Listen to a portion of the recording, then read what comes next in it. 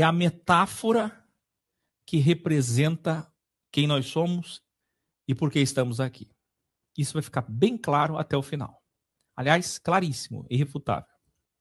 Eu vou começar com Isaías 14 ainda, o último trecho antes de fazer a transição para Ezequiel 27 e 28. O versículo 4 diz: assim você zombará do rei da Babilônia, como chegou ao fim o opressor. Sua arrogância o quê?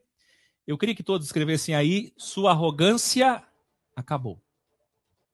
Arrogância é sinônimo radical etimológico de ego. Então, o grande problema de Nabucodonosor é o quê? O que ele representa? Não sei se vocês entendem, mas as questões proféticas, elas são tão mais profundas do que pensamos, das linguagens proféticas do Deus metafísico que fala com o Filho do Homem, isto é, os filhos dos homens, os encarnados, dirigindo palavra a outros encarnados em linguagem humana, simples para entender, prática e ao mesmo tempo profunda.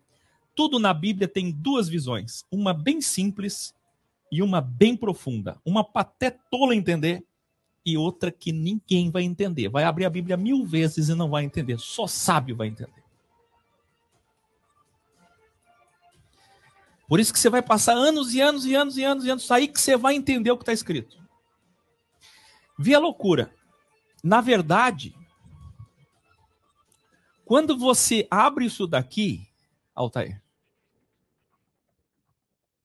você entende de imediato que trata-se, obviamente, de um homem, como nós mostramos ontem, e trata, obviamente, de um rei, e esse rei é da Babilônia e é o Nabucodonosor. Não é Lúcifer. É um erro da Bíblia, é um erro da Vulgata, que deu origem a Satanás. Mais tarde, só no 3º século depois de Cristo, criaram o personagem. Não tinha, certo? Muito bem.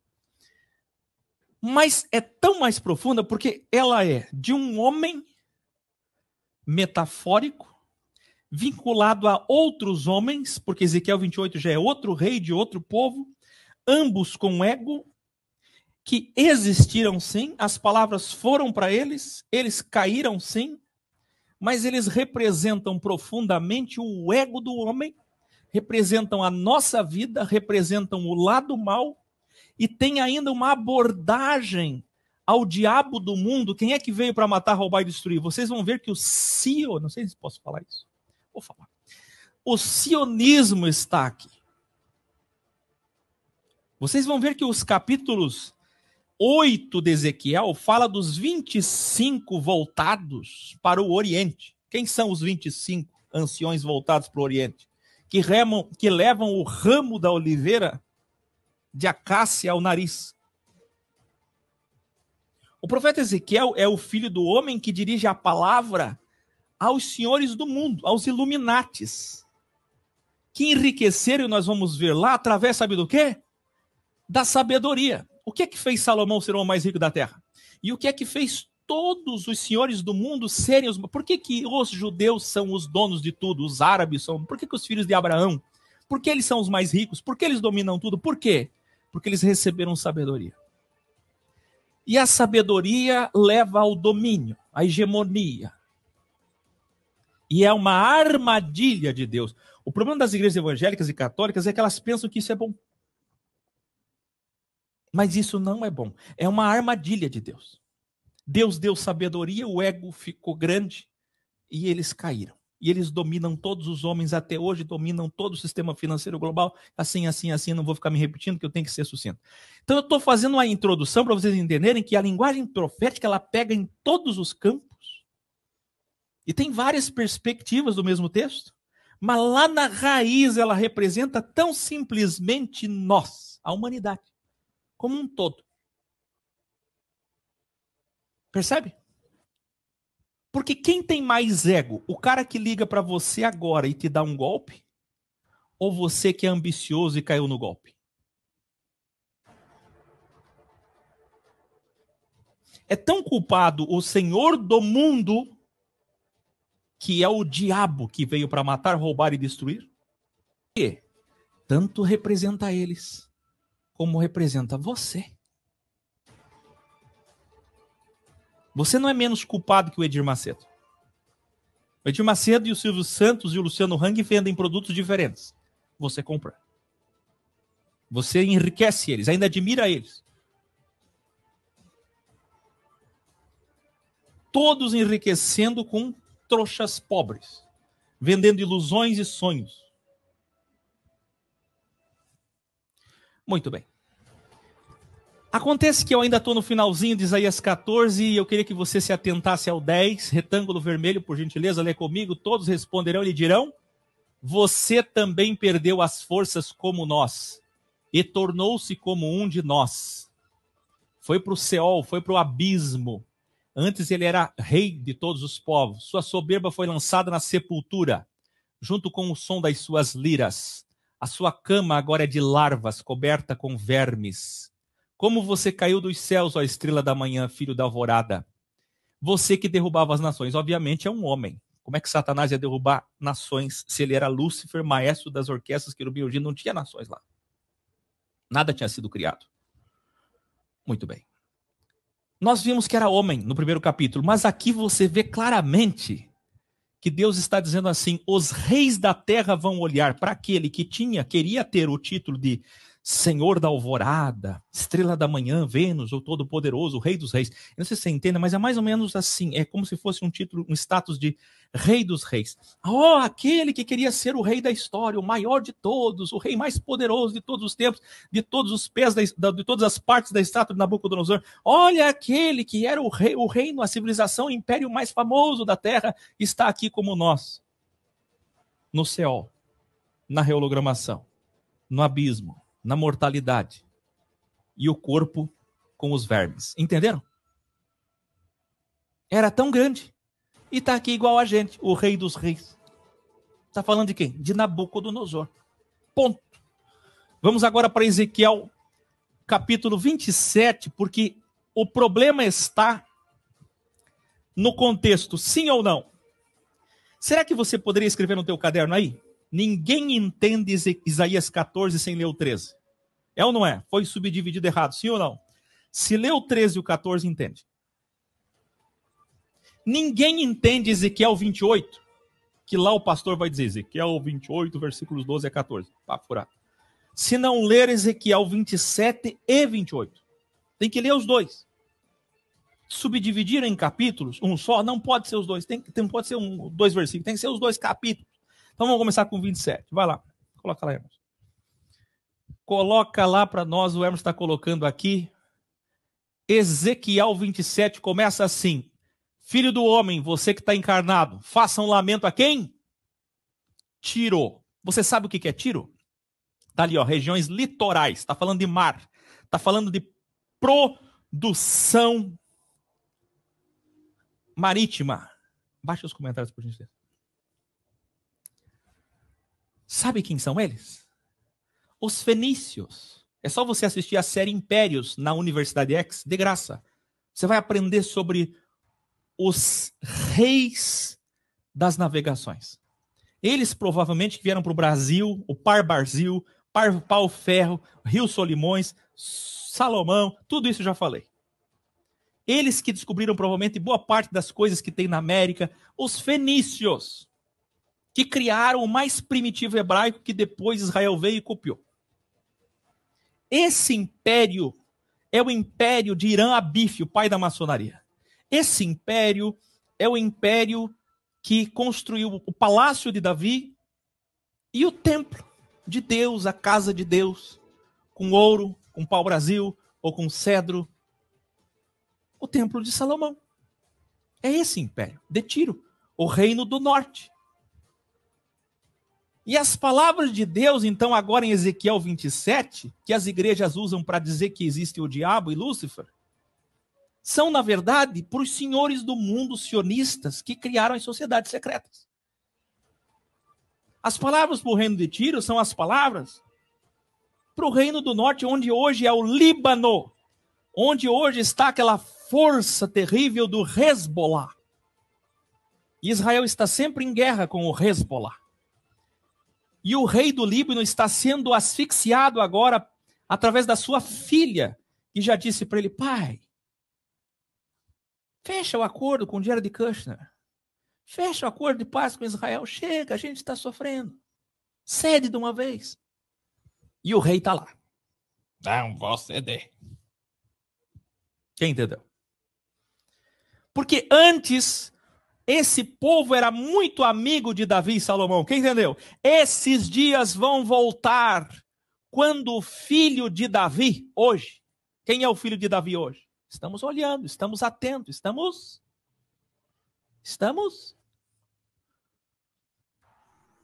observando. O filho de Davi vai voltar a ter aliança com eles. E aí esse capítulo vai acontecer de novo. Então vamos lá.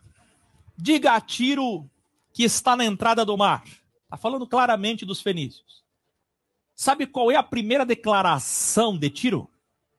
A minha beleza é perfeita.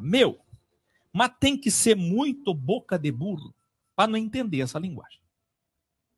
Os crentes que estão me assistindo agora, os pastores, muitos me admiram, compram Bíblia, outros são contra.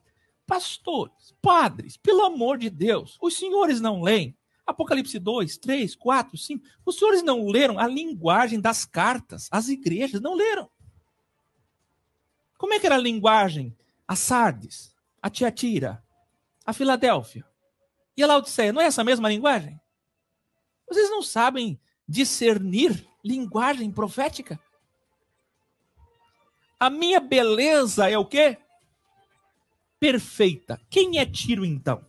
Tiro representa aquela tríade delta que eu sempre ensinei. Para entrar no reino dos céus é muito difícil. É mais fácil passar pelo menor buraco que existe no universo. Uma agulha de osso. Há um rico, bonito e poderoso vencer o crivo. Se você nasceu bonito, rico e poderoso, tu tá lascado. Tu tá com 666. E você aí que é feio, poder algum e pobre, talvez ainda você tenha o ego invertido, o ego baixo.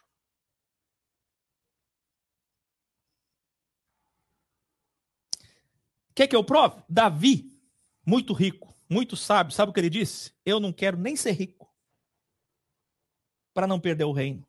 Mas eu também não quero ser pobre, que pobre também perde o reino. Eu quero ser meio.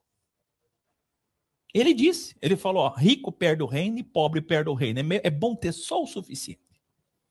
Porque o pobre vai viver de ilusão, de mentira, reclamando, dando golpe nos outros, invejando, com inveja, com raiva, não realizado, não feliz, não tem sucesso, feliz, sempre dando problema dos outros, na vida dos outros. E o rico, dominando, enganando, escravizando, subindo em cima dos outros, usando os outros, então dá na mesma, nem rico nem pobre. Quem entendeu?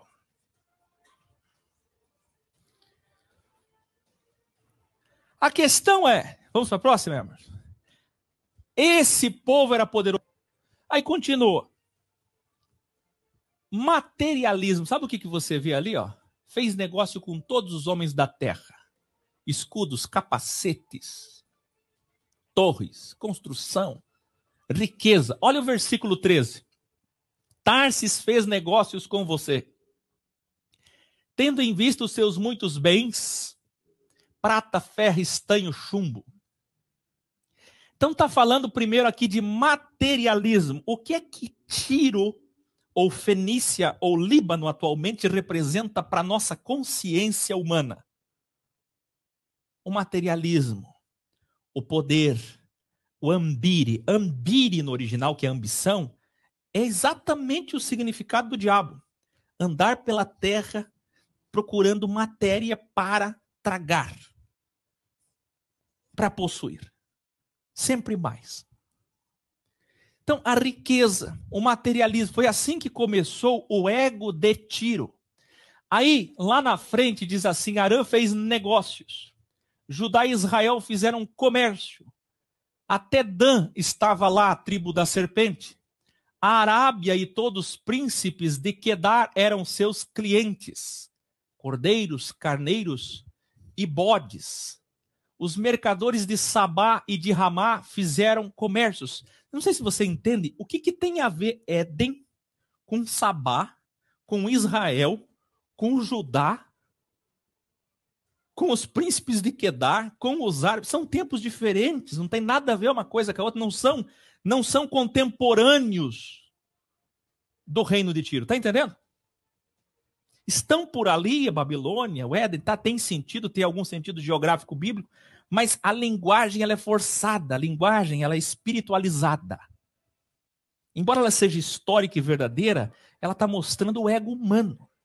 A representação do que um povo, uma nação, um homem, um rei, você pode chegar, alcançar, passar por.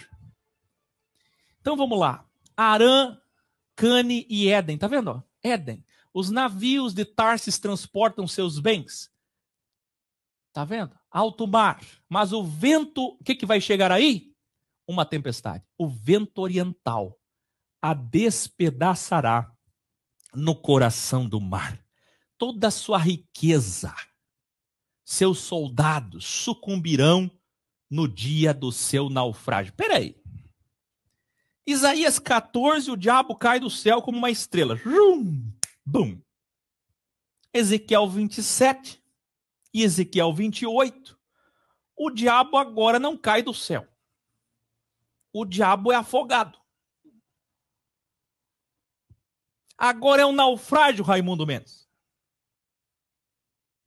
Aí caiu por terra o Chicxulub, que é o lugar que o meteoro caiu lá, e até hoje estão dizendo que destruiu os dinossauros, que o meteoro, na verdade, era Satanás caindo com o traseiro dele, porque chifre não era, senão faria, né?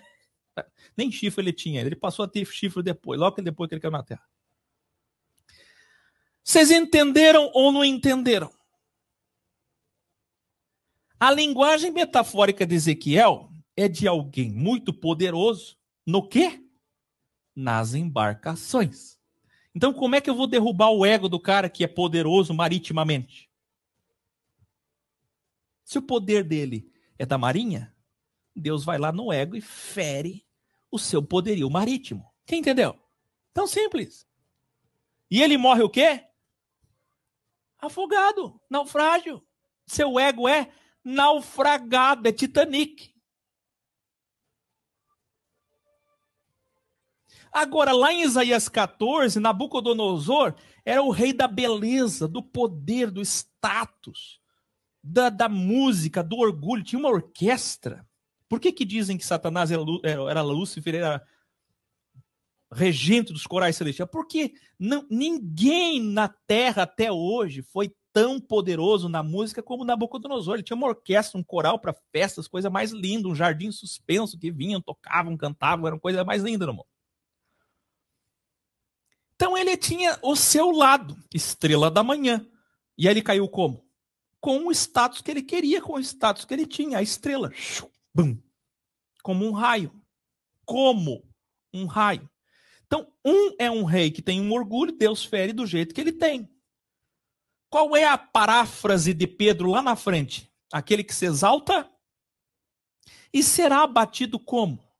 Será abatido como você é. No que você acha que é. No que você é poderoso. Quem entendeu? Naquilo que você se colocou acima da condição que deveria ter, que é humana, apenas, naquilo Deus te derrubará. Qual é a tua fama? Ah, o Malafaia é poderoso em palavras e na sua grande influência política. Adivinha como que vai ser derrubado? No que ele é famoso. Entenderam? É só isso, eu estou fazendo aqui comparações simples para você entender. Aí chega o lamento e diz assim, vê comigo o retângulo vermelho, quem chegou a ser silenciada como Tiro? Acabou. Agora destruída pelo mar, você jaz nas profundezas das águas, seus bens e todos que acompanham afundaram com você. Só de ler Ezequiel 27, qualquer pessoa que tenha primário ou que não saiba ler, escrever, já entendeu que as igrejas estão todas erradas. Porque lá em Isaías 14 é abismo, é Seol, é inferno. Aqui em Ezequiel 27 é naufrágio, é tempestade. Olha ali, ó. Não, todos escrevendo aí. Não, não, sério mesmo. Coloca o Revelare aí. Altair, John, Larissa, coloca o Revelare. Maria do Carlos.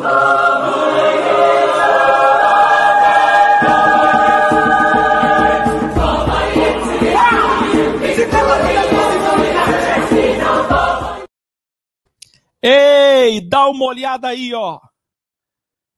Você jaz nas profundezas das águas. Eu queria todos escrevendo isso. Escreva isso. Escreva. Você jaz nas profundezas. Engraçado, né? O que é linguagem? Os caras não entendem linguagem, meu. Hermenêutica fraca ou mal intencionada para criar um falso capiloto.